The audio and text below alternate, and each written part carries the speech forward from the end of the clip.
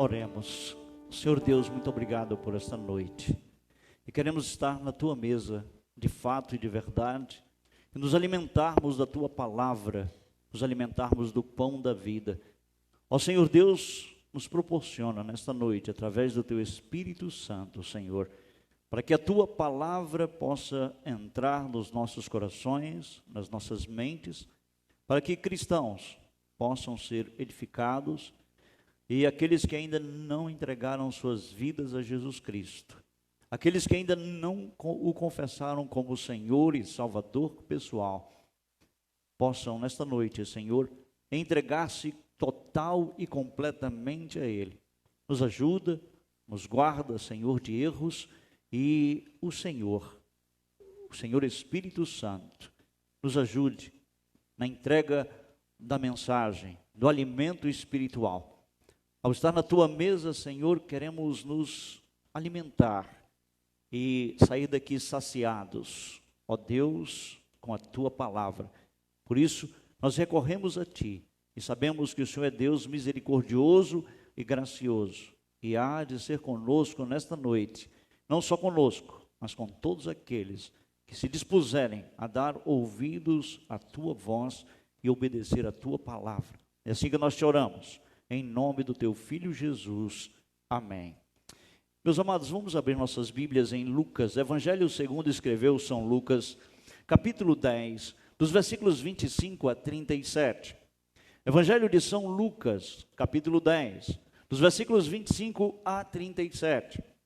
Eu fiquei pensando nessa tarde, hoje é o último domingo do ano, né? É a última pregação do ano, domingo à noite, e pode ser também a última pregação minha, quem sabe, não sei, Deus o sabe, mas o que entregar, o que levar na última pregação do ano, aquela que pode ser não somente a última pregação do ano, mas a minha última pregação da vida. Está findando o ano, as coisas findam, não é?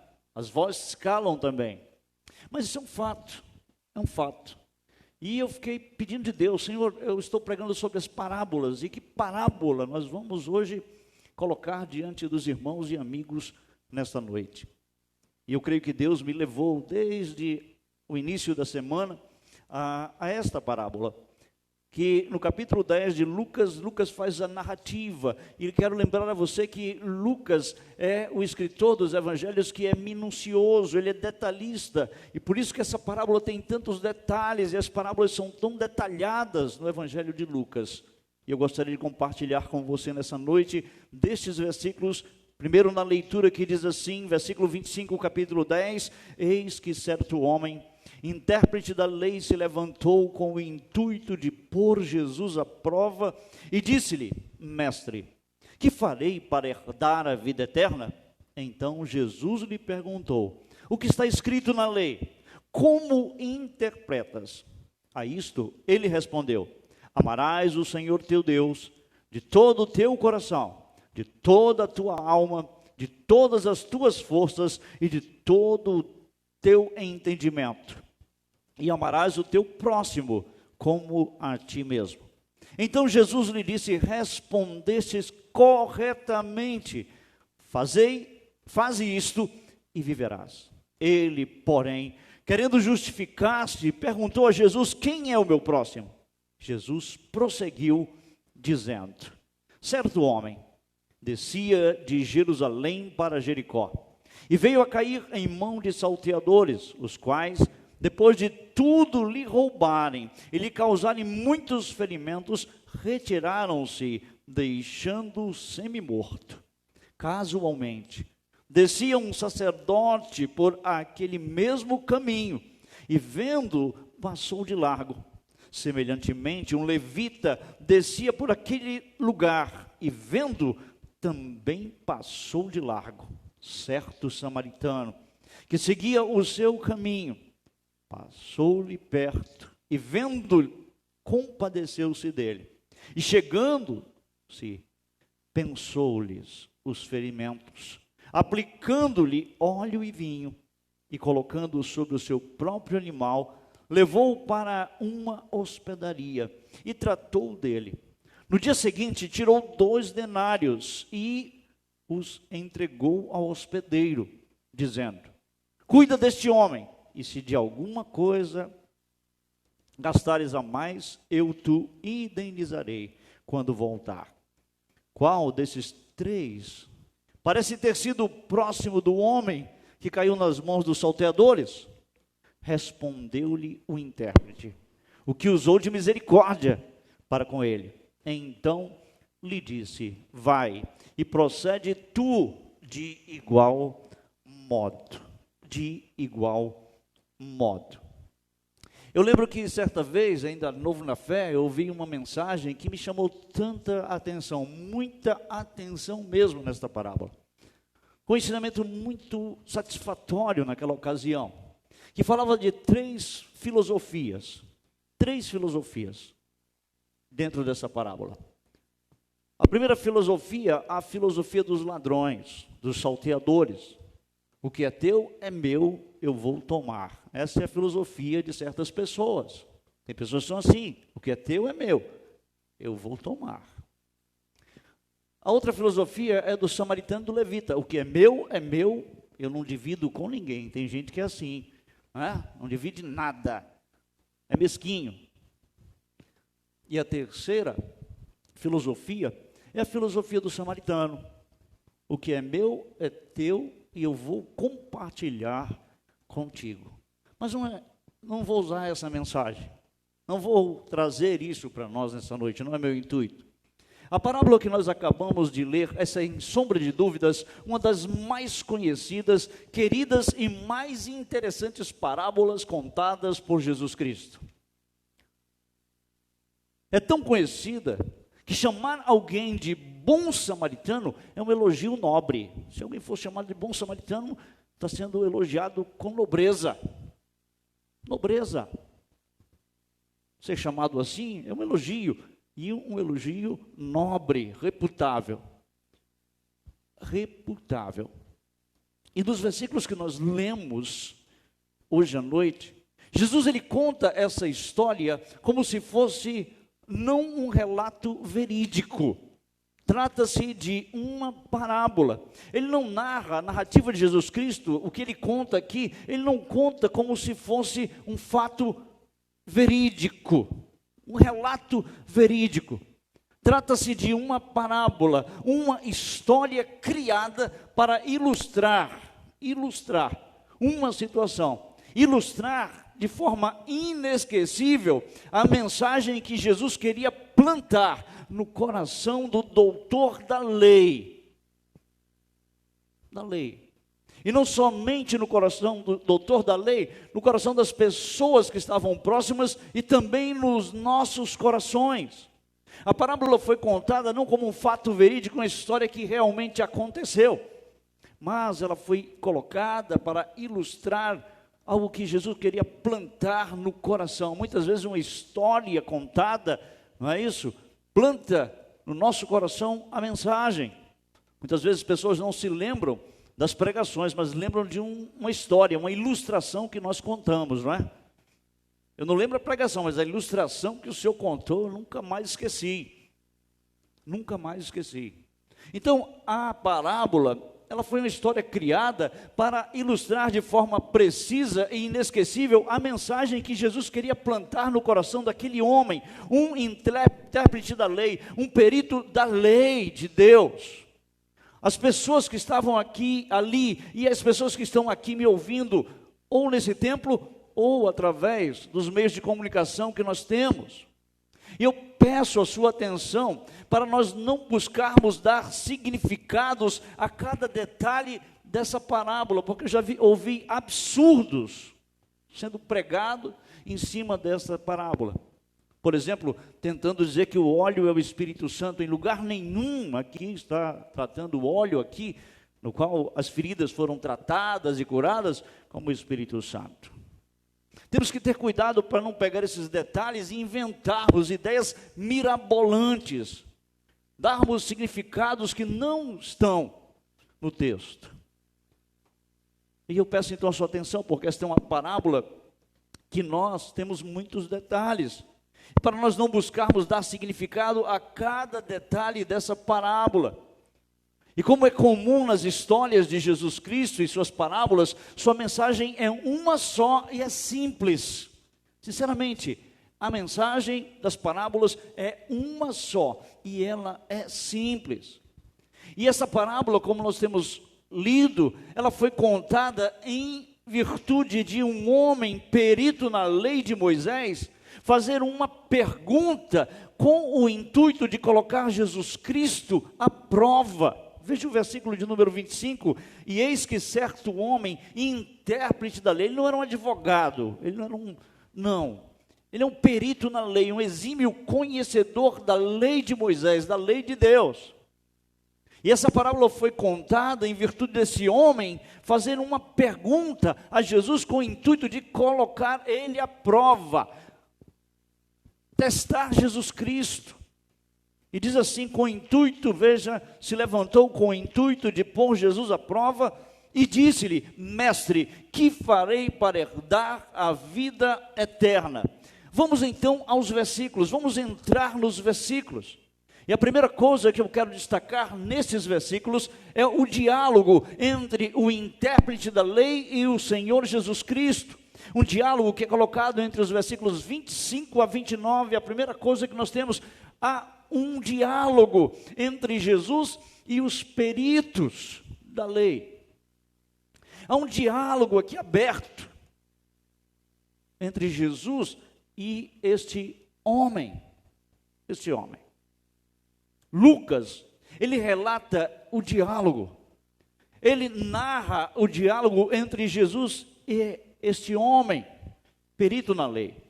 E a primeira pergunta que o especialista fez é uma pergunta boa, sinceramente, é uma pergunta muito boa. Veja o que ele perguntou, mestre, que farei para herdar a vida eterna? É uma pergunta muito boa. Muito boa. Apesar da sua motivação, apesar de ser motivada para pregar Jesus em algum ponto, é uma pergunta excelente. Excelente. Que farei para herdar a vida eterna? A mesma pergunta foi feita pelo jovem rico. Lembra do jovem rico que se aproximou de Jesus? O homem era cheio de dinheiro, abarrotado de dinheiro, e perguntou, Senhor, que farei para herdar a vida eterna? Era a pergunta que estava no coração de Nicodemos, no capítulo 3 de João. Era a pergunta que estava no coração de Nicodemos. Nicodemos, meus amados, foi a pergunta feita a Jesus por diversas vezes, em diversos lugares, em diversas circunstâncias e em diversas motivações. Uma pergunta muito comum que foi feita a Jesus Cristo e que está registrada nos evangelhos. Muito comum, uma pergunta que foi feita várias vezes a ele, em vários lugares, em várias circunstâncias, com motivações diferentes, motivações sinceras. O jovem rico foi sincero. Nicodemos ficou oculto a pergunta. Esse homem com motivações erradas, totalmente erradas. Lucas, em sua narrativa, faz questão de frisar a falta de sinceridade do intérprete da lei. Ele faz questão de frisar isso, sabe? A falta de sinceridade daquele homem, do intérprete da lei. Sua intenção não era de aprender, mas de envergonhar Jesus Cristo e de impressionar as pessoas que ali estavam presentes. Esse era o intuito dele. Ele queria envergonhar Jesus e, ao mesmo tempo, ele queria impressionar as pessoas. Veja, com o intuito de pôr Jesus à prova. Ele queria envergonhar Jesus e, ao mesmo tempo, tomar a atenção para si e impressionar a multidão, os presentes ali. Os presentes. Lucas frisa isso, falta de sinceridade. Foi o que mais Jesus enfrentou diante dos doutores da lei e dos religiosos daquela época. O Antigo Testamento, meus irmãos, não somente falava da vida eterna, mas o Antigo Testamento prometia a vida eterna, um reino infinito, no qual os fiéis verdadeiros viveriam na presença de Deus. O Antigo Testamento estava registrado sobre isso, está registrado, a vida eterna, um reino infinito, a promessa de viver com Deus por toda a eternidade nesse reino. O Senhor Jesus, por diversas vezes, falou sobre a vida eterna. Por diversas vezes, o Senhor Jesus falou sobre a questão da vida eterna. Essa é a promessa central do Evangelho. Foi a mensagem que Jesus proclamou. Ele disse: eu sou a ressurreição e a vida eterna. Em João 3,16, ele é bem enfático. Deus amou ao mundo de tal maneira que deu o seu Filho unigênito, para que todo o que nele crê não pereça, mas tenha a vida eterna. Jesus veio proclamar essa mensagem, uma mensagem que é o centro, a promessa central do Evangelho. Jesus disse: em verdade vos digo, quem ouve a minha palavra e crer naquele que me enviou, tem a vida eterna. Essa é a mensagem central.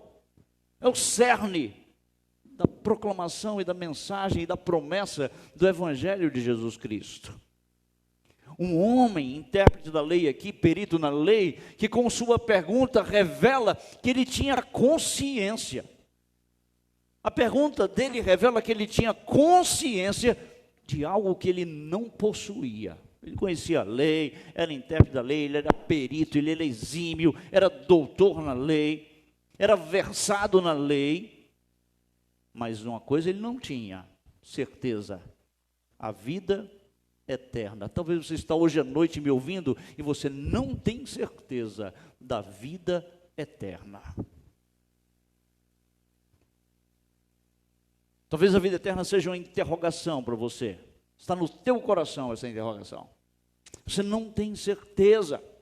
Aquele homem, apesar de todo o seu conhecimento e erudição na lei, ele demonstra que havia algo que ele não possuía: a vida eterna.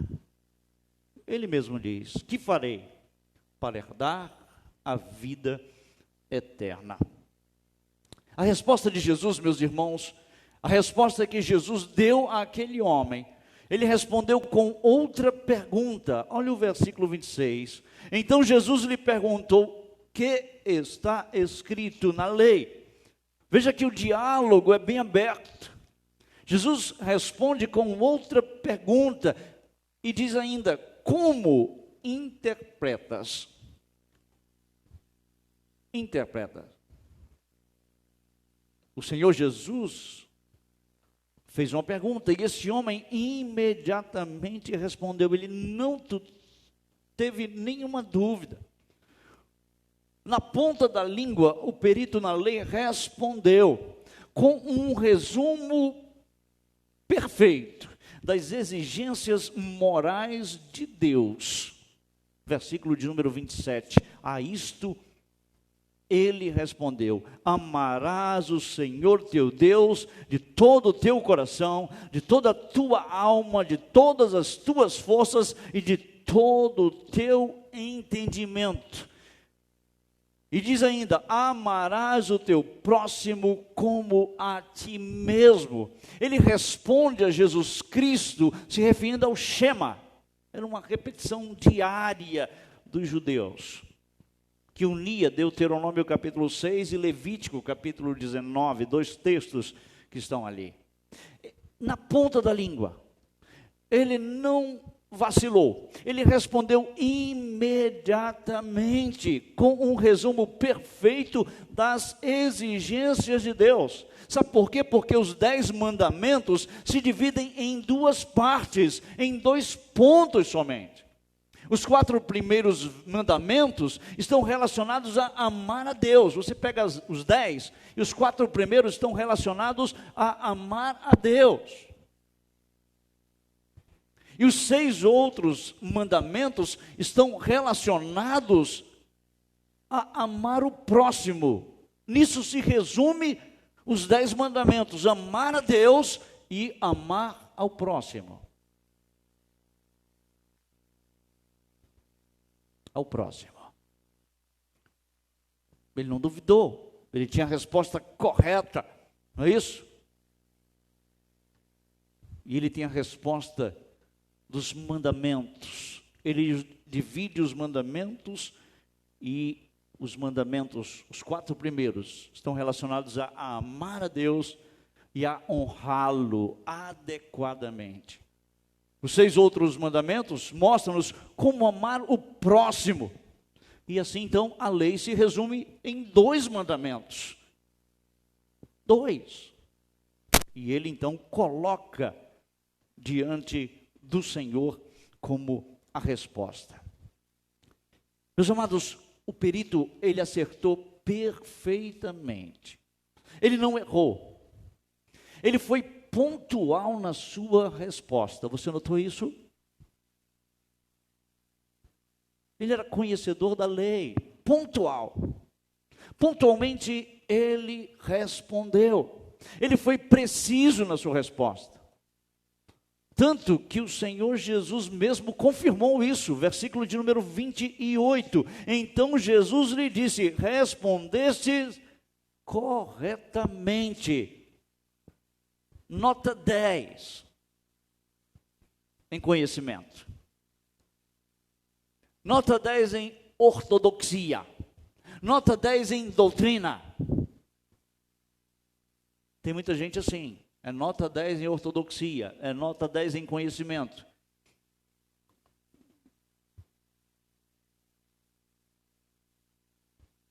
Tem muita gente assim.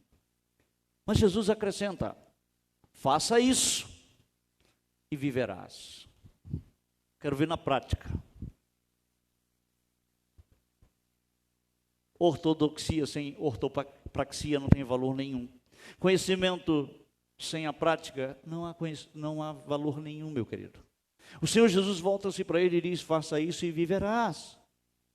Isto é, você quer ter a vida eterna? Obedeça à lei. Simples, o que Jesus diz para ele: você quer ter a vida eterna? Obedeça à lei. Você está aqui hoje à noite? Faça isto e viverás. Ame a Deus da maneira que Deus quer e ao próximo da maneira que Deus quer e exige. E Jesus disse: se fizeres isso, se obedecer, faça isso e viverá. Obedeça à lei. Obedeça à lei. Mas, irmãos e amigos, por que Jesus pregou a lei e não o evangelho para esse homem? Porque Jesus nesse momento pregou a lei para esse homem e não pregou para ele o evangelho. Por quê? Porque Jesus queria mostrar para esse homem, para o perito na lei, que a lei o condenava, que ele era incapaz de colocar em prática o que ele havia proclamado, respondido. Jesus queria mostrar para esse homem que a lei apenas o condenava. Eu quero dizer para você, a lei só nos condena, a lei só mostra que nós somos pecadores, ela não pode fazer nada por nós. E é isso que Jesus quer mostrar para esse homem. A lei te condena. Você quer viver pela lei? Ela vai te condenar, porque você não pode cumpri-la. Nenhum de nós podemos amar a Deus e ao próximo como Deus determina na sua palavra. Nenhum. E é isso que Jesus queria mostrar para aquele homem, para aquele religioso, intérprete da lei, que sabia na ponta da língua. Se aquele homem fosse um homem honesto, meu querido, ele teria reconhecido que não amava a Deus como deveria. Se aquele homem fosse honesto com ele mesmo, ele teria reconhecido a sua incapacidade de amar a Deus como Deus determina e como ele deveria, e muito menos amar ao próximo como Deus determina e como ele deveria amar. Se aquele homem fosse um homem sincero, ele teria reconhecido essas duas verdades. Essa verdade que ele era incapaz de cumprir, de obedecer.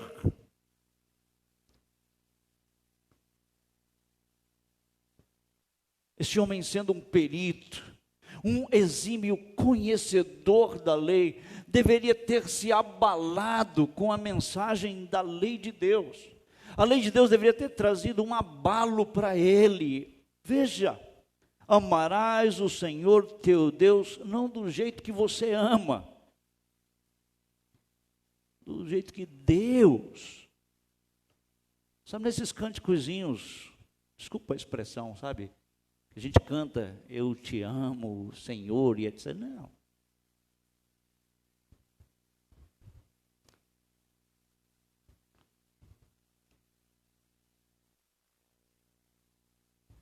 Quantas vezes nós cantamos, eu te amo, ó Pai, eu te amo, meu Deus. Mas veja o texto, ele deveria ter se abalado, ter tremido, com a mensagem da lei de Deus que ele sabia na ponta da língua. O problema é que muitas vezes a gente se familiariza com a palavra, e a palavra não faz nada mais. A palavra está falando aquilo, mas ela não move, não abala, não mexe, não nos faz tremer, não cria nada mais em nós. Aquele homem deveria ter se abalado, estremecido, temido as palavras que ele mesmo pronunciou, porque diz assim: amarás o Senhor teu Deus de todo o teu coração, de toda a tua alma, de todas as tuas forças e de todo o teu entendimento, e amarás o teu próximo como a ti mesmo. Estar diante da lei de Deus deveria ter levado esse homem a reconhecer que ele era pecador, incapaz de cumprir o que ele havia proclamado naquele momento. Levado a reconhecer que a lei não foi dada para nos dar salvação, mas para revelar a total condenação dele naquele momento. Deveria ter se abalado diante da lei e dito: a lei não me salva, pelo contrário, ela me condena, porque eu não posso amar a Deus dessa forma, e nem ao meu próximo dessa forma. Mas preste atenção, sabe o que há?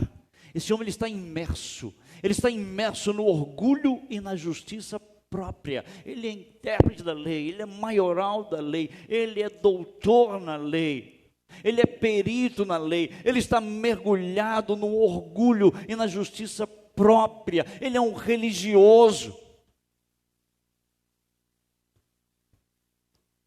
E essas coisas vedam a consciência dele. E ele, querendo justificar-se por não cumprir o que ele havia dado como resposta, ele faz uma outra pergunta a Jesus. Veja o versículo de número 29. Ele, porém, querendo justificar-se, porque ele sabia,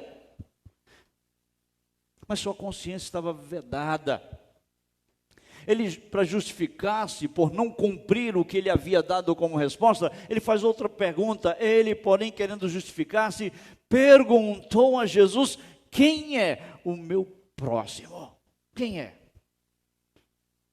Aquele homem era um homem de coração endurecido pela religiosidade. Um homem de coração endurecido pela religião, pela justiça própria, pelo legalismo. Aquele homem rebateu as palavras de Jesus na tentativa de se convencer. Ele faz uma pergunta ao seu próprio coração, não é? E Jesus então conta para ele uma parábola. Para falar e explicar para ele quem era o próximo, Jesus conta a parábola. E ele conta essa parábola a um judeu legalista, presunçoso, que tentou enfraquecer a força da lei de Deus com uma análise errada da palavra próximo. Jesus conta a parábola para esse homem, em primeiro plano. Então, a primeira coisa é esse diálogo que nós acabamos de ver. E nós não somos diferentes deste homem. Pecadores, perdidos, incapazes de cumprir a lei de Deus, os mandamentos de Deus, a palavra de Deus, meu querido. Somos semelhantes a Ele, muitas vezes religiosos, penitentes. Depois do diálogo, nós temos a segunda coisa. Nós temos a resposta branda com uma mensagem poderosa. Mensagem branda, veja, uma resposta branda com uma mensagem poderosa por Jesus Cristo. Versículos 30 até o versículo 37.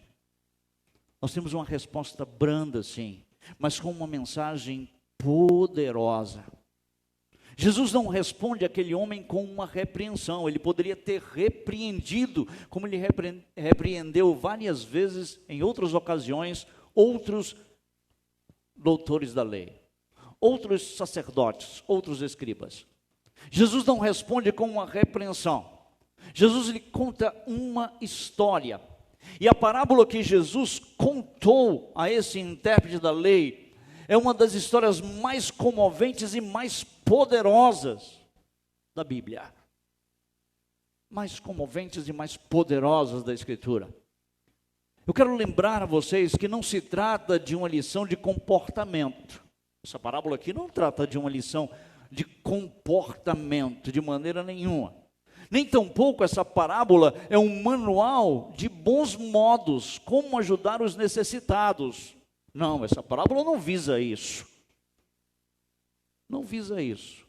Apesar que ela ensina sobre caridade, e apesar que ela ensina sobre bons modos.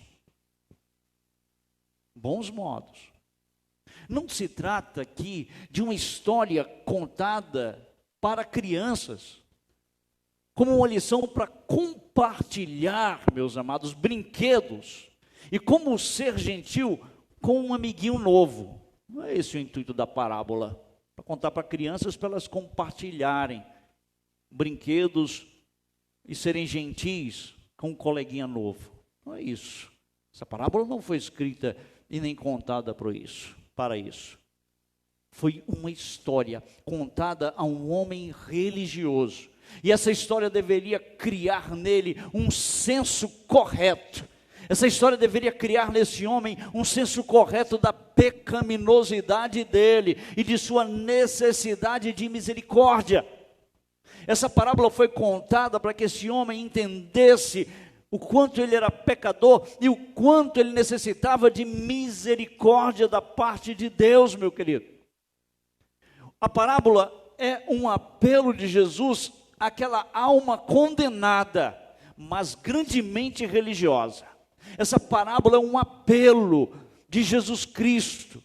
Aquela alma, a alma daquele homem, uma alma condenada, mas religiosíssima. Jesus queria que aquele homem reconhecesse o quanto ele estava perdido. Esse é o ponto. A história foi contada para isso. Foi contada também para que nós venhamos a reconhecer o quanto nós estamos perdidos. Perdidos. A terceira coisa, a parábola em si, a parábola contada por Jesus Cristo. Vamos a ela então. Vamos a esta parábola. Novamente eu repito, Jesus não conta essa parábola como se fosse um fato verídico. É uma parábola criada para dramatizar de forma contundente e inesquecível a mensagem que Jesus queria plantar no coração daquele intérprete da lei. e dos demais ouvintes ali, e também no meu coração e no seu coração. Uma história, volto a frisar, cheia de detalhes, mas a sua mensagem central é uma só e é simples. Então vamos aos acontecimentos, vamos ao desenrolar da parábola do bom samaritano.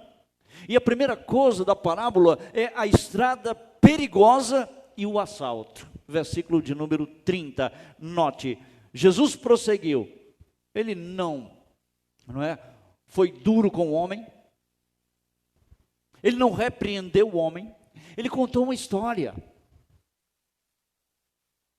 para mostrar a pecaminosidade daquele homem. E a primeira coisa dessa história, desta parábola, é a estrada perigosa e o assalto. Versículo 30 diz, Jesus prosseguiu dizendo, certo homem descia de Jerusalém para Jericó, e veio a cair em mãos de salteadores, os quais depois de tudo lhe roubarem, e lhe causarem muitos ferimentos, preste atenção, roubar tudo, causar ferimentos, retiraram-se deixando-o semi-morto. A parábola começa com uma viagem numa estrada muito perigosa. A estrada que leva de Jerusalém para Jericó, a estrada existe. Esse é um fato. Essa estrada, ela existe. E ainda hoje as pessoas podem andar naquela estrada. Mas no tempo de Jesus, essa estrada era usada por viajantes. Na época de Jesus, essa estrada era uma estrada usada por viajantes. Uma estrada sinuosa, ou seja, com muitas curvas. Uma estrada que tinha cerca de 1.200 metros.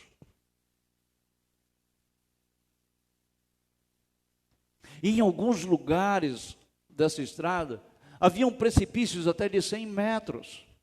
E grande parte dessa estrada, ela tinha cavernas que serviam de esconderijos para bandidos. Por isso que ela é uma estrada perigosa. Porque em certas partes, pontos dessa estrada, haviam cavernas, onde os salteadores, os bandidos, os assaltantes se escondiam. Se escondiam. Era esconderijo para assaltantes, salteadores. Na história, o que é previsível acontece. Note o que Jesus diz. Não é? Certo homem descia de Jerusalém para Jericó. A estrada é perigosa, ela é sinuosa, tem precipícios, tem cavernas com salteadores. Note, ela é perigosa. Mas não só perigosa, o que era previsível aconteceu. Diz o texto: e veio a cair em mãos de salteadores. O que era previsto, o que era previsível, aconteceu. Um homem é assaltado por um grupo de salteadores, por um grupo de ladrões. E não se contentando em só levar os bens dele, olha o que aconteceu, espancaram ele, não é? E o deixaram praticamente morto, diz o texto para nós. Causaram-lhe muitos ferimentos, não se contentando em levar os bens dele, causaram muitos ferimentos e retiraram-se, deixando-o semi-morto, jogado na estrada. Isso mostra que esses homens eram violentos e cruéis. É ou não é?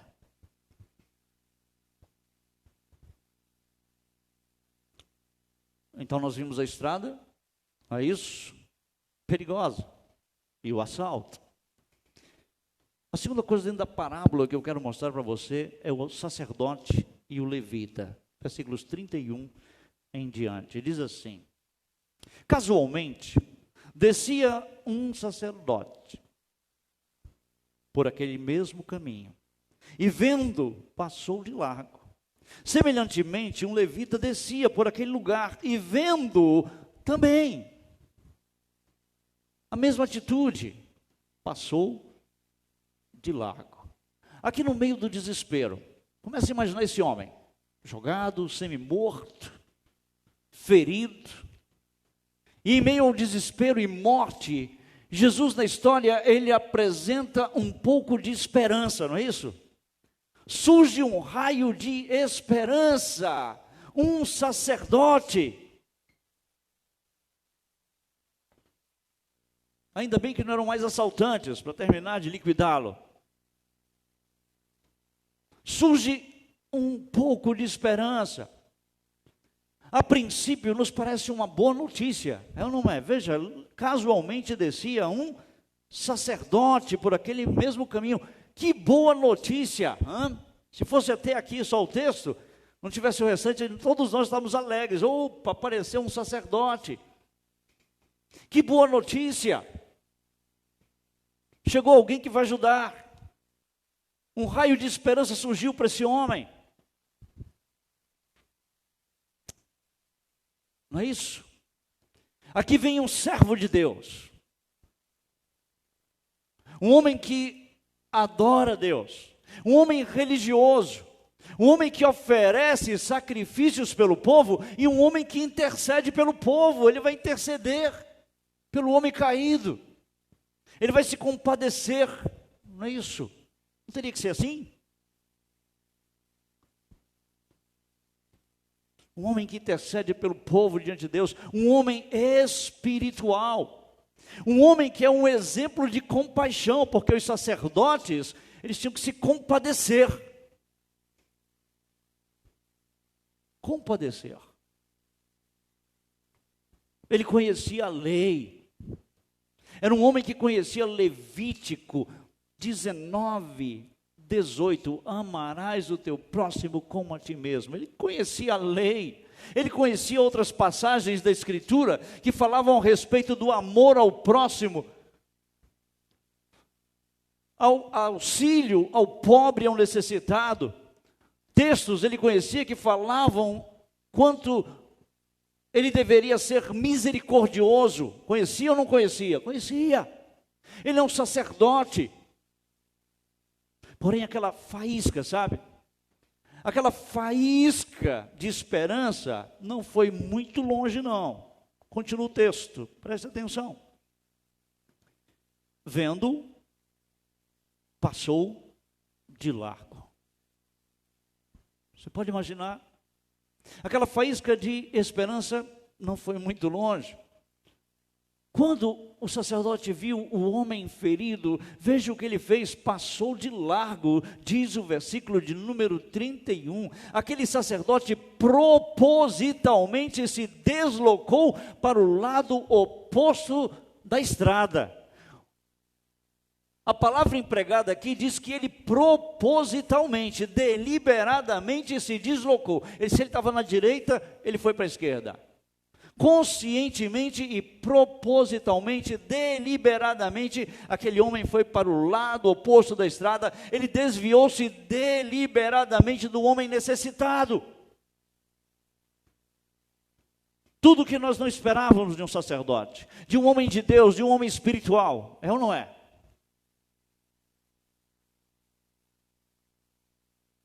Tudo que muitas pessoas não esperam de você também, que é crente. E o versículo 32 nos apresenta um levita. Veja o texto. Nos apresenta um levita. Meus amados, todos os sacerdotes eram da tribo de Levi.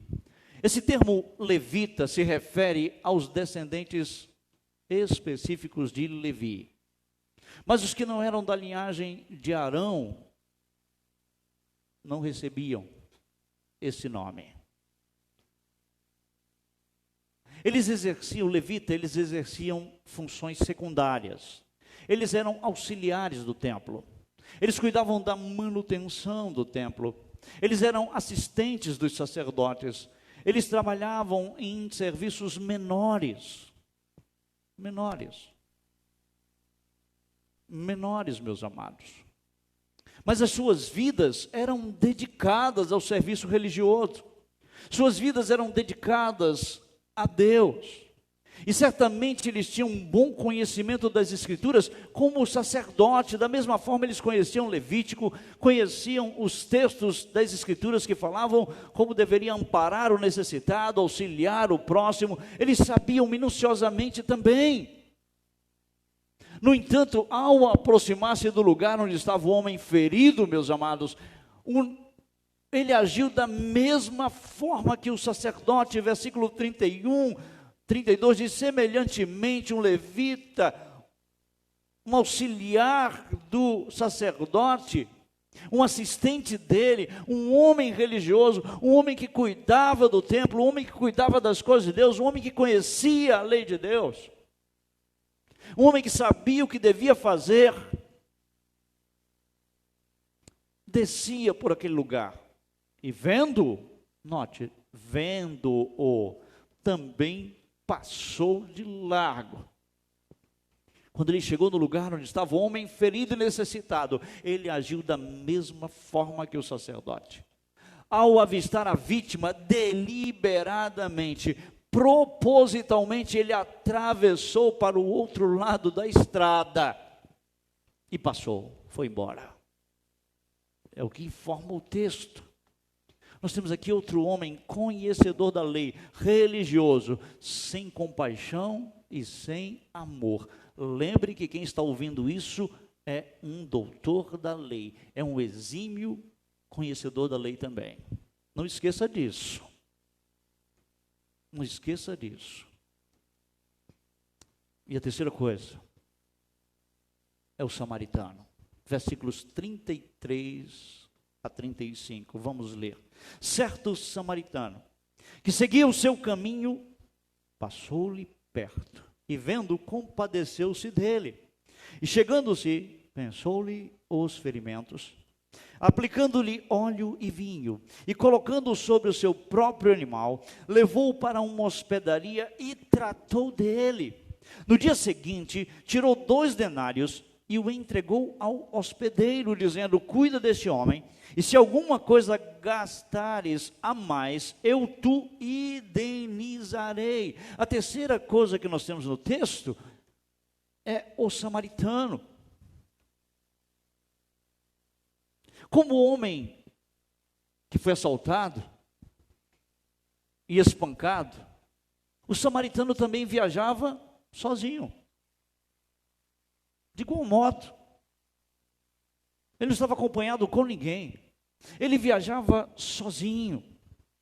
E algum tempo depois do sacerdote e do levita terem passado, o samaritano ele aparece na estrada, na jornada, na caminhada ali.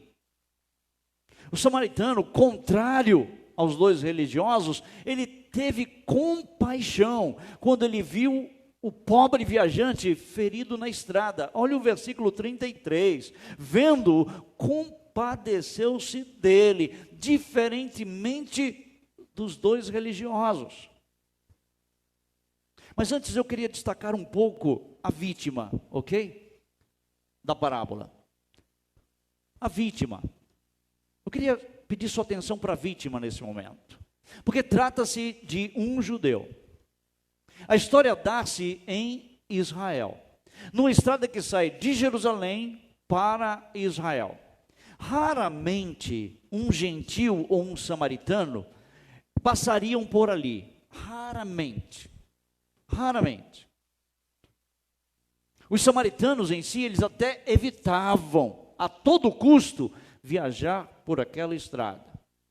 Na mente dos ouvintes de Jesus Cristo, meus queridos, um samaritano seria a última fonte de ajuda, a menos provável para um judeu que é aquele homem. Quero que você note essas coisas. Os judeus, eles desprezavam os samaritanos e vice-versa. Havia uma briga entre samaritanos e judeus, eles não se davam bem. Eram inimigos, havia entre eles hostilidade. Então, para os ouvintes de Jesus, aquele homem é um judeu, um samaritano vem passando, não vai ajudá-lo. Vai terminar de matar ele, vai dar o tiro de misericórdia. Isso na cabeça dos ouvintes de Jesus Cristo. Porque eles são inimigos. Há inimizade, hostilidade mútua. A mulher samaritana, no seu diálogo com Jesus Cristo, ela destacou esse fato. Ela disse assim: como sendo tu judeu, fala comigo sendo eu mulher. Um homem já não falava com a mulher mesmo naquela época, não se dirigia a uma mulher, e muito mais ainda sendo samaritana.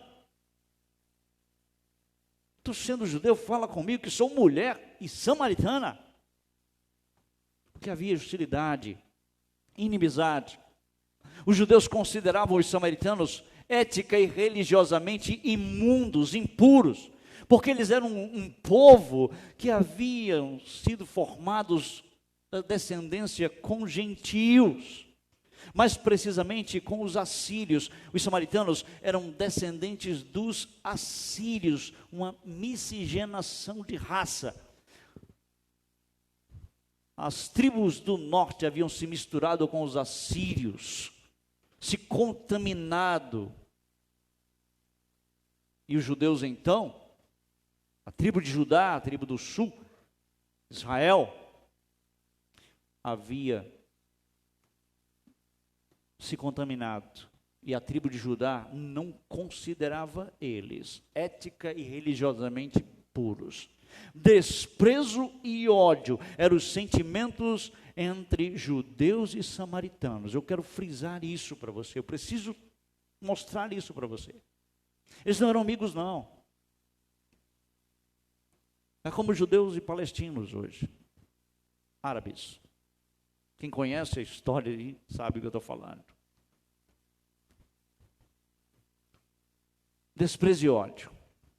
E aqui nesse ponto da história, temos um homem samaritano, que na opinião do intérprete da lei, seria inimigo do viajante ferido. Entra um samaritano, e certamente quando ele ouviu Jesus falar, um samaritano, ele pensou, esse é um inimigo do viajante ferido. E na mente do intérprete, ele tinha certeza que não socorreria. Mas não é isso que acontece. A reviravolta é que acontece aqui, meu querido. O samaritano, a partir daqui, toma o lugar central na parábola. A partir daqui, ele toma o lugar central no palco. Eu vou colocar assim. Observe isso. Observe a reação de amor desse homem samaritano. Observe o amor ao próximo, a reação de amor desse homem samaritano. Versículo 33 diz assim, que ele o viu. Veja, certo samaritano, ele entra no cenário, ele agora é a peça principal, ele está no palco do cenário, que seguia seu caminho sozinho, correndo os mesmos perigos que o homem que havia sido assaltado, ferido e colocado como morto. Passou-lhe perto e vendo-o. Até aqui nada de especial, nada, pois o sacerdote e o levita também chegaram até aqui. Foi ou não foi? Até aqui o sacerdote e o levita chegaram. Nada de especial até esse ponto. Mas a partir daqui, note, ele teve compaixão, diz o texto.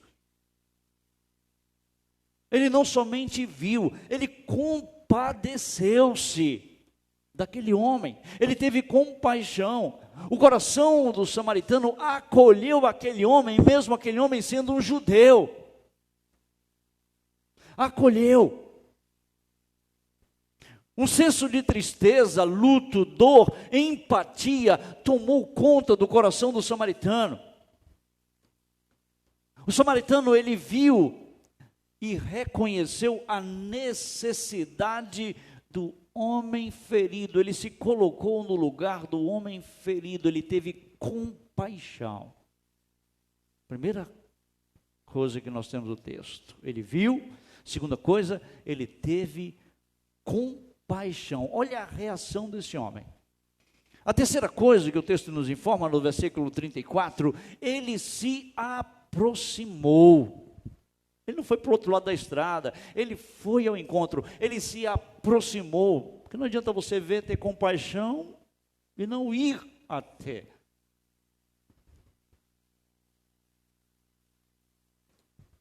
Sabe, deixa eu abrir um parênteses. Deus viu, ouviu e desceu. Entendeu? Deus viu a tua situação, ouviu os teus clamores e Ele desceu para te salvar, enviando Jesus Cristo. Nota o texto. Ele aproximou-se, ele não passou de largo, mas ele não somente aproximou-se, o versículo 34 diz que ele agiu, ele fez o oposto do que o sacerdote e o levita fizeram, e chegando, se aproximando-se, ele agiu, tratou dos ferimentos, aplicou óleo e vinho. Talvez você fique dizendo, olha aqui, ele arranjou óleo e vinho aqui no meio da estrada. Era comum viajantes andarem, porque isso aqui é medicinal. Quando eu viajo, sempre eu levo comprimidos, alguma coisa para uma emergência. Quem é acostumado a viajar faz isso. Leva sempre algumas coisas para uma emergência. Tem aqueles medicamentos que não precisa de receituário médico. Mas veja, e colocando sobre o seu próprio animal, veja, ele sai do animal dele. O texto diz que ele agiu o oposto. E diz que ele não só colocou sobre o animal, ele levou, carregou aquele homem, ele conduziu para uma hospedaria, e não somente isso, o texto diz que ele cuidou, ele tratou. Eu não sei quanto tempo ele ainda ficou na hospedaria, eu sei que ele ficou, eu sei que ele tratou desse homem. Esse homem samaritano, ele permaneceu ao lado do viajante ferido e não o largou ali na hospedaria. Ele poderia ter largado ele aí, não é? Pelo menos tirei ele da estrada, estou de consciência aliviada. Não, o texto diz que ele tratou, ele cuidou, ele continuou a tratar dos seus ferimentos, ele deu os primeiros socorros e depois ele foi cuidar do homem. Ele não ficou só nos primeiros socorros, não. Olha o amor demonstrado aqui. E não somente isso, o texto diz no versículo 35, que ele investiu na saúde e no bem-estar desse homem. Versículo 35 diz, no dia seguinte, tirou 2 denários, isso aqui é 2 dias de salário, 2 dias de salário de um trabalhador daquela época. 2 denários. E os entregou ao hospedeiro. Ele investiu na saúde e no bem-estar do viajante. Com o dinheiro que equivalia a 2 dias de trabalho, o bastante, sabe para quê? Para 2 meses de hospedagem com comida. Numa hospedaria à beira da estrada naquela época. Equivalia a 2 meses. E ainda deixou um cheque em branco assinado. Note, cuida deste homem. E se alguma coisa gastares a mais, eu te indenizarei quando voltar. Ele investe, ele paga e ainda deixa um cheque em branco.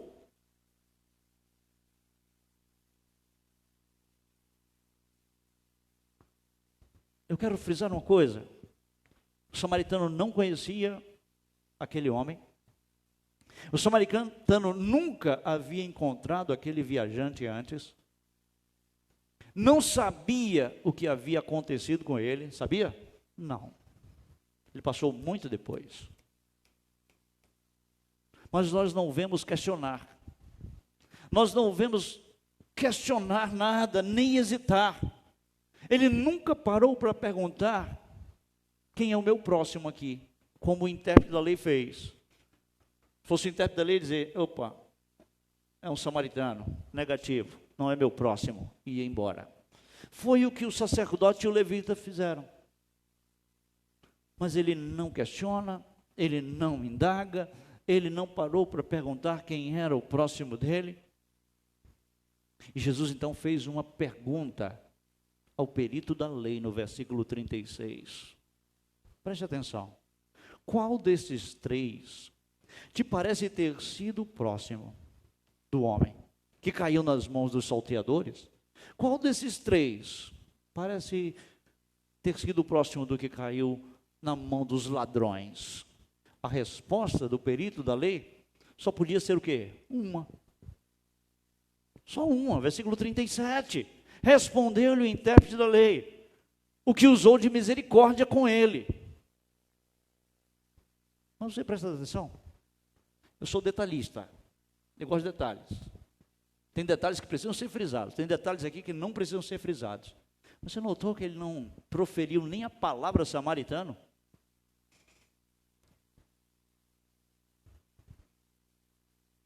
Jesus falou, sacerdote, levita e samaritano.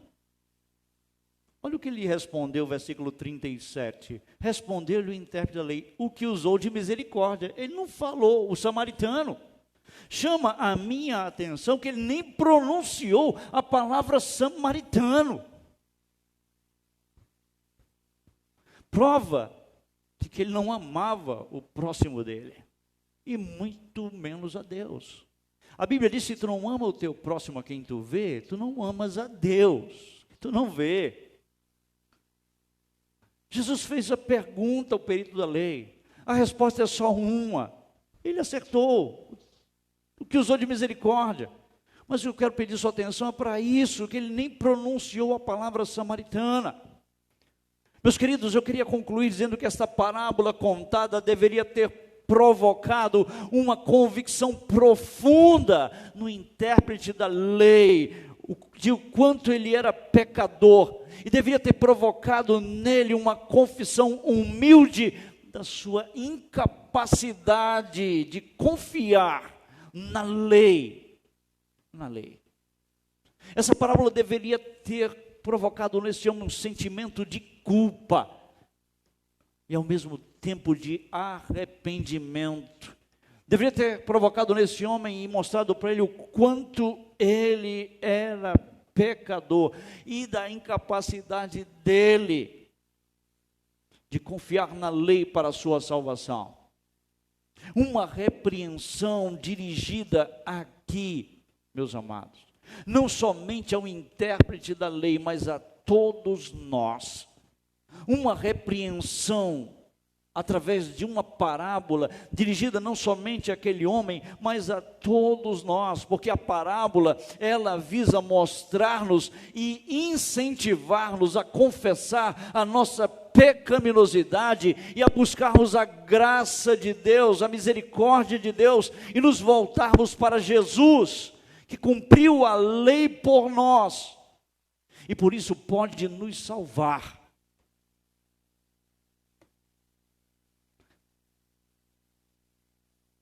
Por isso eu posso confiar nele, por isso eu posso me entregar a ele. Mas note, a história termina sem qualquer sinal de reconhecimento. A história termina sem qualquer sinal de reconhecimento ou arrependimento por parte do intérprete da lei. A história termina dizendo assim, então lhe disse, vai e procede tu de igual modo. Uma repreensão àquele homem e a todos nós. Mas essa história aqui, como a história do jovem rico, termina sem qualquer sinal de reconhecimento de pecado ou arrependimento por parte do intérprete da lei. Você notou isso? Eu só quero terminar dizendo uma coisa. Essa não pode ser a sua reação diante dessa parábola. Não pode. Porque senão você vai continuar sendo como aquele homem, uma alma condenada e sem certeza da vida eterna. Reconhecimento de pecados e que Jesus veio morrer. Primeiro ele veio cumprir a lei por você, e que na sua morte, ele cravou a lei lá, ele cumpriu a lei por você, ele satisfez todas as exigências de Deus, para que você possa confiar nele. E em Jesus, nós podemos amar a Deus de todo o nosso coração, de toda a nossa alma, de toda a nossa força e de todo o nosso entendimento.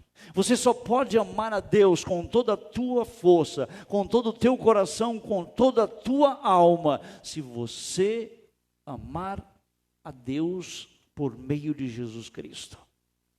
E você só pode amar o teu próximo como a ti mesmo, se você entregar sua vida a Jesus Cristo.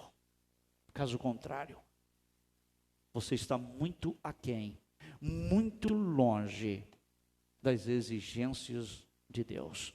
Um homem que termina não demonstrando qualquer sentimento, qualquer reconhecimento, qualquer sinal de arrependimento. Nenhum. E essa não pode ser sua reação nessa noite, meu querido. Coloque sua vida diante do Senhor. Coloque sua vida diante daquele que morreu pelos teus pecados. Coloque sua vida diante daquele que contou essa parábola, com a única finalidade de que você não confie em você mesmo. Não confie na sua religiosidade. Não confie no seu tempo de igreja. Não confie no seu conhecimento das Escrituras Sagradas. Mas que você confie em Jesus Cristo, que cumpriu a lei por você. E uma vez que ele cumpriu a lei no teu lugar, você pode entregar-se totalmente a ele e confiar que nele, em Cristo, somente nele nós temos a vida eterna. A vida eterna. Que farei para herdar a vida eterna? Entregue sua vida a Jesus Cristo. Senhor Deus, muito obrigado por essa noite. Abençoa o teu povo, Senhor. Abençoa os nossos amigos que ainda não entregaram suas vidas a Jesus. E nessa noite, Senhor, se alguém tem confiado nas suas ações, nas suas obras, na sua religiosidade, que possa colocar tudo isso à parte, Senhor, e confiar naquele, Senhor, naquele que cumpriu a lei. Essa pessoa possa reconhecer da sua pecaminosidade e na sua incapacidade de satisfazer a tua lei, os teus mandamentos, mas confiar naquele que satisfez a tua justiça. Ó Deus, se há alguém entre nós, se há alguém nos ouvindo nesse momento, que essa pessoa possa entregar-se totalmente a Jesus Cristo, confiar nele, com arrependimento, com confissão e contrição, em nome de Jesus. Essa é a minha oração. Amém. Uma boa noite. Deus os abençoe em Cristo Jesus.